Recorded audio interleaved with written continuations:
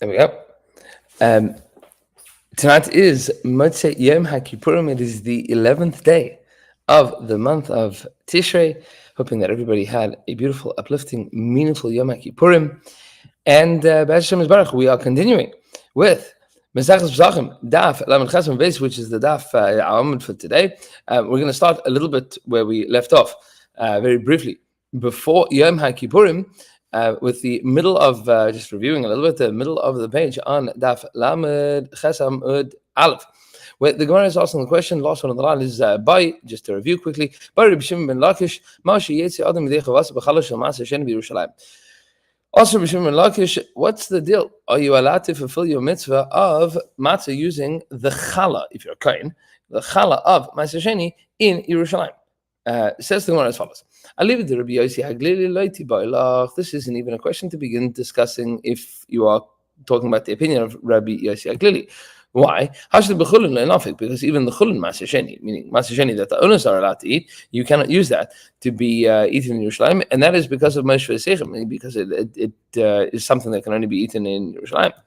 If you have the question, I'll leave it to Rabbi Akiva. It can only be according to the opinion of Rabbi Akiva, because he holds the Maaseh Sheni chulin you can eat.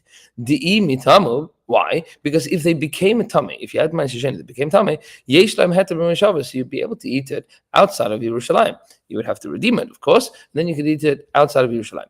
Aval challah, with regards to challah, what's the question? The imetame, if it became a tummy, leish la heter b'meshavos, you have nothing that you could do with it outside of Yerushalayim. You'd have to burn it. But it's straight for us, it's going to be burnt. So loy nafik, and therefore you wouldn't be able to fulfill your mitzvah of matzah with it. Or dilma, maybe there's another way of looking at things. Amrinan, we would say a principle of Hayil. What's Hayil? Since, what's the since? If you hadn't yet called the challah, meaning you broke it off, but you didn't say this is challah. You broke it off, and it became tameh. It does have the ability to be eaten in the Moshavos. You could exchange it. V'nafik ba, and you'd be able to fulfill your mitzvah of matzah, hashtanami nafik, and therefore, in this situation, you'd also be able to fulfill your obligation. Meaning, if you took off a piece of challah, forget Maaseh Sheni, took off a piece of challah, but you didn't say this is challah, and then it became tameh, and then you wanted to be able to use it. So what are you going to do with it? So it has a heter b'meshavos. You'd be able to use it because it hasn't yet been called challah. So that's the question. Alternatively, this isn't even any question to ask. Why? The Vade Amrin Hayil, for sure we do say this principle of Hayil. For sure we say, since you would be able to break it off, if you broke off the piece of challah, and then you didn't say that this was challah, and it became tameh, and you wanted to eat it in Yerushalayim, so you'd be able to, you wouldn't only have to eat it in Yerushalayim, you'd be able to eat it in the Moshavos. You'd be able to say this according to Rabbi Akiva. It's not even a question. This works. But if you have a question, this is a good question, says the Gemara. What happens if you have challah that was bought with the money of Maaseh Sheni, meaning Maaseh Sheni was redeemed, and that money was used to purchase flour, and that flour was mixed with water, and that was turned into a dough, and then you broke off challah from that. So meaning this is a second derivative of Maaser, meaning the original Maaser doesn't exist anymore. The original Maaser has been exchanged onto money. That money has gone to purchase the ingredients that be able to make new matzahs, and then you took challah, and that challah became tameh, and you want to, can you use that challah to fulfill the mitzvah of matzah? It says the Gemara, this is not a question according to the Rabbanan, because the Rabbanan hold yipadeh, that if second derivative Maaseh Sheni becomes tameh, yipadeh, you have to redeem it. Meaning, obviously, you'd be able to use it. It's the same thing as first degree Maaseh Sheni. Hani Maaser, it's the same thing. But if you have a question, this is the question. According to the opinion of Rabbi Yehuda, the Amar Yikaver, the Rabbi Yehuda says you have to bury it. If you eat that, if you have second derivative Maaseh Sheni that became Tam Yikaver, you can't redeem it anymore. It no longer has the potency to be able to transfer the kedusha onto money again. It attenuates, the kedusha attenuates. Says the Gemara, because we have a brisa, we have a Mishnah that teaches us if a person buys something with Kesef Maser with the money of Maser Sheni, Vinitman became Tameh. Yipadeh, it should be redeemed. That's the Tanakama. Rabbi Yehuda, but Rabbi Yehuda says you should bury it. Me, I'm reading. So now the Gemara wants to know. Me, I'm reading Hoyel. Do we say Hoyel? What's the Hoyel in this case? The sins. V'i loyla kuchave. If it hadn't been bought, meaning if it was first order Maser Sheni. V'hoyel v'loy karala, and the Hoyel of if it hadn't yet been called chala, meaning if it was first degree Meiser and it hadn't been called chala, and you're talking about the chala of Maser Sheni and a second degree, so all of these Hoyels. So he says, v'it tameh, and became tameh, yesh lahet b'mashavas. Would it be permissible to eat b'mashavas? Yeah. V'nafik be, and then you'd be able to fulfill your obligation of matzah with it. Meaning, fundamentally, there's nothing wrong with it. The chala Maser Sheni is fundamentally, at least potentially, able to be consumed b'mashavas. So it does not have the exclusion of b'chol Maser. So we say hashanami nafik be. So here too, you should be able to fulfill your obligation. There's nothing wrong with it. Or alternatively, chad hoyel amrin, we will say one hoyel. We'll say if it would have been that it wasn't second degree Maser Sheni, and if it would have been that you hadn't called the name on it. So trei hoyel lo yamrin. Maybe you'll say that we don't say such a elaborate hoyel. We don't say if this would have been and if this would have been and if this would have been. So Amar Rava says, what's that halacha? Mistavra. It seems to be. It's logical. Shem Meiser Chadhu. That we call Meiser as one thing. Meaning Meiser is Meiser.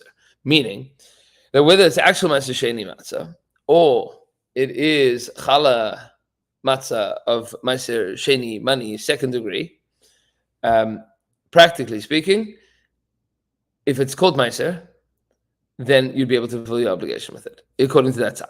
Meaning, if you hold that Maser Sheni can be used to, according to Rabbi Akiva, to be able to fulfill your obligation, it would say it's okay. Meaning, once it's Meiser, it's Meiser, it's Meiser, that's okay. Meiser can be used, so everything that is related to it is also able to be used. We don't need to consider the possibilities now. Says the Gemara, okay, quoting from the Mishnah, Chalas Taida Rikiki Nazir. What about the Chalas of the Karban Taida and the Rikiki Nazir and the wafers, the crackers that went along with the Rikiki Nazir? All of these things are matzahs. Says the Gemara, Minani, from where are these words? Amar Rabbi says, the Pasuk says, telling of the page until Amud Chesam is today's Amud. Ushmaitem es hamatzahs, you have to guard the matzahs. Matzah mishtameres l'shem matzah, yatzazu she'en mishtameres l'shem matzah. What's the reason you can't use it for matzahs? Because the Pasuk says, Ushmaitem es hamatzahs, you have to watch the matzahs. Matzahs for the sake of matzahs. There has to be shmir l'shem mitzvahs matzah. This is not. This is shomer l'shem l'shum zabach. You're watching over it so that it doesn't become chametz. So you can use it for a korban, but not for the mitzvah of matzah. Rav Yosef says, no, I have another proof. The pasuk says, Shivas Yomim matzah teichelu, that you have to eat matzahs for 7 days. Matzah necheles l'shivas Yomim. Yatzazu she'en necheles l'shivas Yomim ela l'yom v'layla. So matzah has to be eaten for 7. I mean, the pasuk says eat matzah for 7 days, which means, says Rav Yosef, that matzah is the thing that could be eaten all 7 days of Pesach. This you cannot eat for all 7 days of Pesach because the chalas taida and the rikiki nazar, you would not be able to. You will not be able to fulfill your mitzvah of matzah with the chalas taida and the rikike nazir because it was not shomer for that period. It's only able to be eaten for a yom and a laila. You have the question of exactly when you would, in such a theory, when you would bring the korban taida that the question even applies to. Meaning that this argument would exist for, because we're not talking about things that were made for the sake of korban taida. We're talking about things that you brought to the korban taida and would only be able to be eaten layam laila. When exactly were you bringing your korban taida? Because the korban taida is also chametz, which is why we don't say mizmor l'seder on erev Pesach, because you won't be able to eat the korban taida later with the bread that it's coming with. So leave that as a question for now. Says the Gemara, there's a brisa that supports both of these opinions. Tainik was the Rabbi Yochel Yetzi Adam Yerecha was Bechalas Taider Kikin Nazir. Maybe you would be able to fulfill the obligation with the Chalas of Taider and the Kikim of Nazir. Talmud Laimar, the Pasuk tells you no. Shmartam is Hamatzas, you have to go. The Matzas, Hamishtameris, the Shem Matzah, Yatzas Ushem Mishtameris, the Shem Matzah, Lishum Savach. That the Matzah has to be watched for the sake of Matzah. That excludes the thing that is going to be watched for the sake of there's not being watched for the sake of matzah. It's not guarded from being chametz for the sake of matzah, but for the sake of a zevach, exactly as Rabbi had told us. And Tanya was the Rabbi Yosef. You have another brisa that supports the opinion of Rabbi Yosef. Maybe you'd be able to fulfill the obligation with these things. Talmud 11, the pasuk says no. Shivas yomim matzahs techel. You have to eat the matzahs for 7 days. Matzah necheles shiva yomim. Matzah has to be that thing that could, in theory, be eaten for all 7 days. This can only be eaten for that day and that night. Now the Gemara says, well, hold up a second. Could we perhaps say from lechem oini? We'd be able to learn this from lechem oini. What exactly would you be able to learn from lechem oini? Lechem oini is that which can be eaten in a state of aninus, the period of time, like we discussed on Amud Vav, between the person's relative dying and their burial. During that period of time, they are in a state of aninus, where you say that you're not allowed to eat karbanos and the Maseches in the state of aninus. And if it comes to the korban todah and the rekik nazir, those are karbanos. They have to be eaten b'simcha. They cannot be eaten by aninus. Says the Gemara, no. Savalak Rabbi Akiva. This Tana, our Mishnah, holds like Rabbi Akiva. The Amar Rabbi Akiva holds ani ksiv without the vav. And v'teibuglei ta'avalei matzah shira. He has another din of aninus from here. V'teibuglei ta'avalei matzah shira. Maybe you'd be able to learn it that the reason that you cannot have the chalas taider and rekik nazir as matzahs on Leil HaSeder, maybe you'd be able to learn it because of matzah ashira. Amar, because that's what we learned from lechem oni. Amar Shmuel bar Rav Yitzchak, because it says Shmuel bar Rav Yitzchak. This is not matzah ashira. It's a revius. You have a revius, which is a revius alike. How much is a revius? Somewhere between 3 and 5 ounces, more or less, according to today's Pesachim. Umis chalekes hi lekama chalas, and you take that and you use that for many chalas. That's not matzah ashira. It's like a drop of oil. That we will not call that matzah ashira. That's important. What if a drop of oil falls into the matzahs? Would that make it no longer matzah? Matzahs mitzvah, but now matzah should not. A drop of oil wouldn't do that. It says maybe you could learn it from the fact we're trying all of our limudim here. Maybe you learn from the fact that rekik and the chalas taider cannot be eaten everywhere.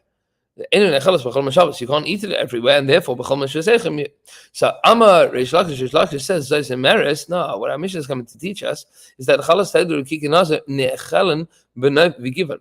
Meaning b'chol mashavos is kind of true, but not entirely, because when the Mikdash stood, says Reish Lakish, the Mishkan was in Noven and Given. You could eat the chalas taider and the rekik and nazir over there, but says Rashi, Elu Yerushalayim l'mechizas kadshim kalim lifnei min ha'chayma, like the pasuk says, va'achalta lifnei Hashem v'chol nedarecha shezirar v'im yatzu nifsalim d'chsiv v'asar b'sadeh treifa kevin sheyatzu v'asar chutz l'mechizasei also. Meaning, the anytime that anything would leave Yerushalayim, the walls of Yerushalayim, it would become possible. Says Reish Lakish, Zaysemeres. What's the Zaysemeres? Midaloi nafik leim b'chol mashvesechem. From the fact that our Tana doesn't seem to learn it from b'chol mashvesechem, because of chalas taider rekik and nazir, ne'chalas b'nov v'given. What he's saying is that they could be eaten in Nova and Given where there weren't curtains. By the way, meaning as long as you were within range of being able to see Nova and Given, you could eat the chalas taider and the rekik and nazir. And this is against the opinion of Rabbi Shimon. Rabbi Shimon holds differently from our Tanas. We'll see in a moment. Tanya, Amar Rabbi Eloi, Shalti is Rabbi Eliezer. Rabbi Eloi asked the question from Rabbi Eliezer: would I be able to eat from chalas taider and rekik and nazir? Marli, he says, Loi shamati. I didn't learn the halacha. I haven't heard it. Bati v'sha'alti lifnei Rabbi Yeshua. I asked Rabbi Yeshua. Amarli, he says, Hari Amru. They said, Chalas Tadu Rikiki Nazir Sha'asan la'atzmai Ein Adam Yetze Bahen Limkar Bashuk Yetzbehem. The Chalas Tadu Rikiki Nazir, the person was banks themselves, they would not be able to use. But if they were bought in the shuk, then they would be able to use it. He says, and when I came and I told these dinim in front of Rabbi Eliezer, Amarli, he said to me, Bris, by the covenant, meaning Rashi says, these are the halachas that were taught to Moshe Rabbeinu and Har Sinai. Says the Gemara, hold on a second. Say Bris, they took an oath. What do you mean? Was this something that was taught to Moshe Rabbeinu and Har Sinai? Two ways of reading it. Either you were saying yes, or you're saying, how do you know this? Like, time about you? What? You don't need a reason at all for this? Just Allah Sinai? Says the Gemara, time of mine. What is the reason? Amar Rabbi says, whatever is the guy that bakes things in the market. So he says, I baked a whole bunch of stuff, but whatever's in the market, the owner of the store in the shuk, he changes his mind. Amari says, Im is daven, is daven. If somebody comes and buys it, buy it. Good. That's excellent. That is option number one. And Elohim is daven. If nobody comes along and buys it, then I guess I'll use it for my matzahs. The guy that's baking the matzahs for the Rikik and Nazir, the Chalas Teda, fellow shows up and says, I'd like to buy those matzahs. He goes, oh, perfect. And then if he needs to, he'll make his own matzahs for Leila Seder. Or he figures whatever's left at the end of the day, that's what he's going to use. Just backtracking for a second, the opinion of Rabbi Shimon is that the Chalas Teda and Rikik and Nazir could only ever be brought in Yerushalayim because he held that those were also on a bama. They were also on anything that wasn't until you get to the Beis Olam, until the Beis Hamikdash. You wouldn't be able to bring the Chalas Teda and the Rikik and Nazir. There's Tosis asked the question here, quoting from Rabbeinu Nisim. He says, what about Bikurim? Bikurim also. We learned the exception of B'chol Shabbos. L'maisa, it's a big sugi within Kachim. When we get to the sugis in Kachim, we'll have the opportunity to do so. Everybody should have a beautiful, wonderful, uplifting Matzah Yom Kippurim, which is known in certain circles as the day of God's Numen, Hashem's name, Shem Hashem. Lots to say about that, but Hashem Yisbarach, maybe over Shabbos, we'll have an opportunity.